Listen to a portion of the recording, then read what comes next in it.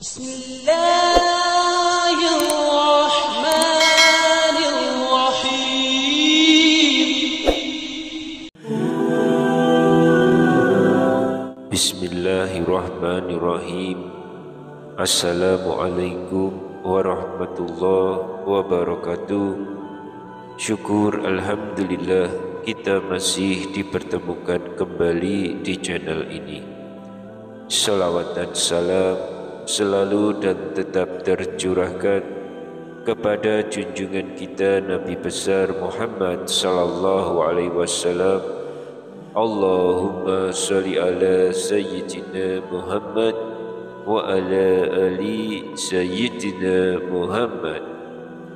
Harapan dan doa saya semoga sahabatku semuanya selalu diberikan kesehatan, dilapangkan rezekinya, diampuni dosa-dosanya, dipanjangkan umurnya, dan semoga kita tidak mati kecuali mati dengan beriman dalam Islam. Dan sempatkanlah menuliskan salawat di kolom komentar, insyaallah akan menjadi bukti cinta kita kepada Rasulullah Muhammad sallallahu alaihi wasallam. Semoga kita semua mendapatkan syafaat beliau di akhirat kelak. Amin ya rabbal alamin. Sahabat beriman yang dirahmati Allah, salat merupakan salah suatu ibadah yang harus dikerjakan setiap hari untuk mendekatkan diri menghadap kepada Allah Subhanahu wa ta'ala. Karena barang siapa yang mengerjakan salat dengan ikhlas, maka Allah akan memasukkannya ke dalam surga. Dan barang siapa yang tidak mengerjakannya, maka ia akan masuk ke dalam neraka. Namun ternyata ada juga yang melakukan sholat hingga puluhan tahun, tapi dirinya masuk ke neraka.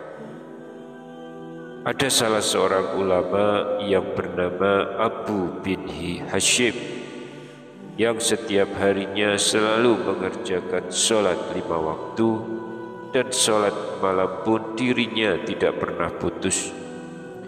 Hampir puluhan tahun dirinya selalu mengerjakan sholat malam atau sholat tahajud. Ketika setiap orang tertidur malam, dirinya selalu bangun dan segera mengambil air wudhu untuk mengerjakan sholat tahajud dan bermunajat kepada Allah Subhanahu wa ta'ala. Namun suatu hari, ketika dirinya hendak mengambil air wudhu untuk tahajud, Abu bin Hashim dikagetkan oleh munculnya sesosok makhluk yang sedang duduk di pinggiran sumurnya.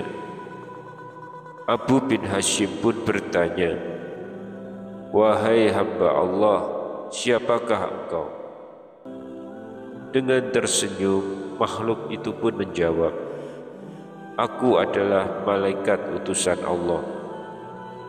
Abu bin Hashim pun kaget sekaligus bangga, karena dirinya kedatangan tamu malaikat yang mulia.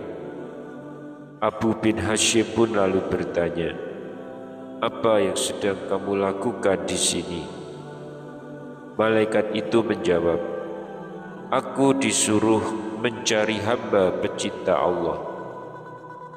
Melihat malaikat itu memegang sebuah kitab tebal, Abu bin Hashim pun lanjut bertanya, "Wahai malaikat, buku apakah yang engkau bawa?" Malaikat menjawab, "Ini adalah kumpulan nama-nama dari hamba-hamba pecinta Allah." Mendengar jawaban tersebut, Abu bin Hashim lalu berharap dalam hatinya namanya tercantum dalam buku itu. Maka ditanyalah malaikat itu, "Wahai malaikat, apakah namaku ada di dalam buku itu?"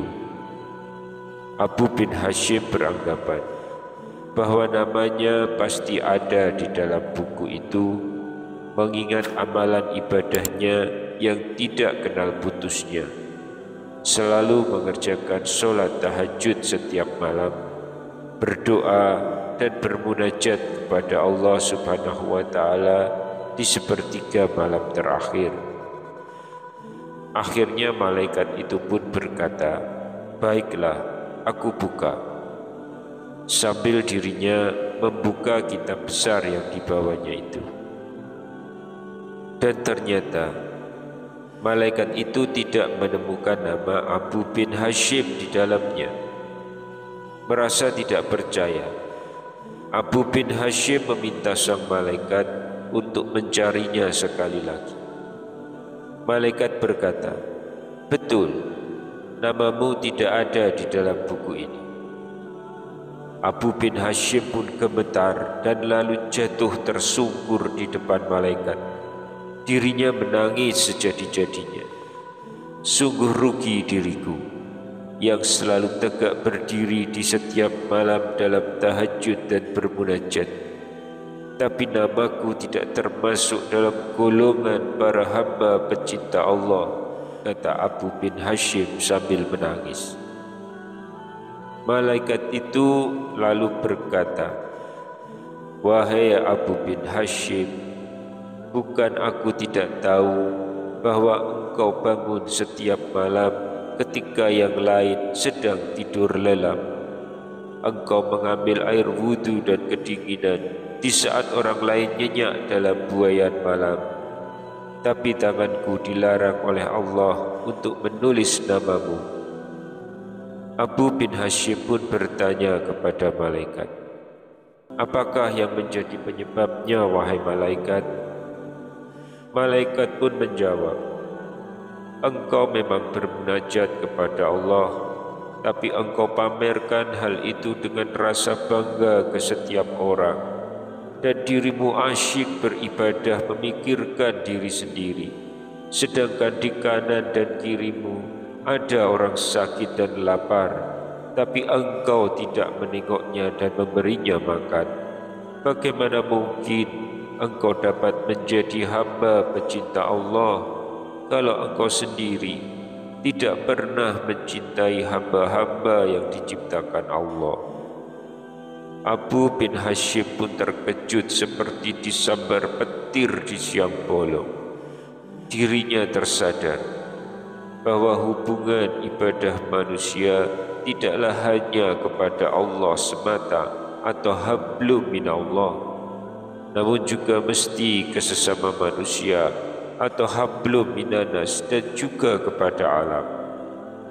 Sahabat seiman yang dirahmati Allah, ternyata ibadah serajin apapun, kalau punya niat hanya untuk pamer, untuk dinilai dan dipuji oleh manusia, tidak peduli dengan kesusahan yang melanda di sekitarnya, maka justru akan dibenci oleh Allah Subhanahu wa Ta'ala. Justru banyak diceritakan dalam kisah dan hadis Rasulullah bahwa serajin apapun ibadah, kalau kita kekenyangan, penuh harta, dan tetangga kita kelaparan serta kesusahan, maka kita malahan akan dimasukkan ke dalam neraka. Semoga kita mendapatkan hikmah dari pelajaran yang sangat berharga ini. Marilah kita perbaiki niat. Jangan sampai rajin beribadah hanya untuk dilihat manusia, hanya untuk memamerkan bahwa kita orang yang rajin beribadah. Janganlah kita beribadah hanya karena adanya hadiah surga semata, namun lakukanlah semua ibadah itu murni karena Allah Subhanahu wa Ta'ala. Wallahu a'lam bishawab. Demikian yang bisa kami sampaikan di kesempatan kali ini. Semoga dapat memberikan manfaat untuk kita semua.